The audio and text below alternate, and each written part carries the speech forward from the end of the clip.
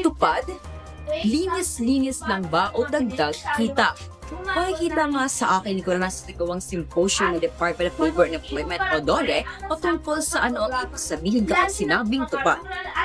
Sa Barangay Pamatawan Court, tumayo si Gwen Rosaban bilang tagapagsalita ng DOLE upang ipaliwanag ang programang tupad, tulong panghanap buhay sa ating disadvantaged displaced workers. Isa itong community-based emergency employment na tumatagal lamang ng 10 hanggang 30 araw, batay sa opisyal na paliwanag ng DOLE. Ibinahagi niya para sa 2024, mahigit 28.867 bilyon ang inilaan sa pamahalaan para sa programa. Layuning suportahan ang mga nawala ng kabuhayan at mga manggagawang nasa informal sector. Pinapaalala rin niyang nakabase ang sahod sa regional minimum wage ayon sa panuntuang inilatag ng DOLE at DBM.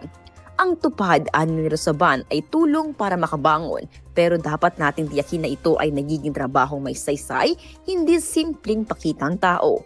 Sa pagkatapos ng symposium, iniwan niya ang mga tao sa isang hamon. Ang tulong ng gobyerno ay simula lamang. Ang tunay na pag-angat na sa pagkilos ng bawat isa. Kasama po natin ngayon si Gwen Rosaban, isa po siyang spokesperson ng DOLE. Ayan, ano po ba yung positibo at negatibong epekto po ng pagpapatupad po natin ng tupad? Ang positibo po ay yung natutulungan po natin yung mga mahihirap po na makaahon po sa kahit na panandalian po. Tapos yung negatibo naman po is yung tinuturuan po natin maging tangad yung mga tao kasi